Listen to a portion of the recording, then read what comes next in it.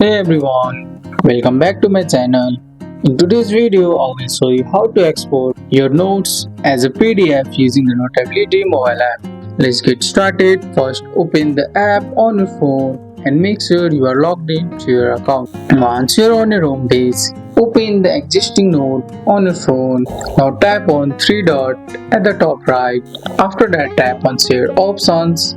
After tapping Share Options, you will see a menu that says Save Note or Export. Select PDF as your file format. You can also choose what to include, like the entire note, a specific page, or whether to include in writing, annotations, or paper background. Now you will see a sharing options like AirDrop, email, message, or save to files. Tap Save to Files if you want to save to your phone, or choose email or message if you want to send it to someone right away. And that's it. You have now exported your Notability note as a PDF right from your phone. That's all for today's video, guys. I hope you guys like this video. If you found this video helpful, drop a like, subscribe for more videos. Thanks for watching. See you in the next one.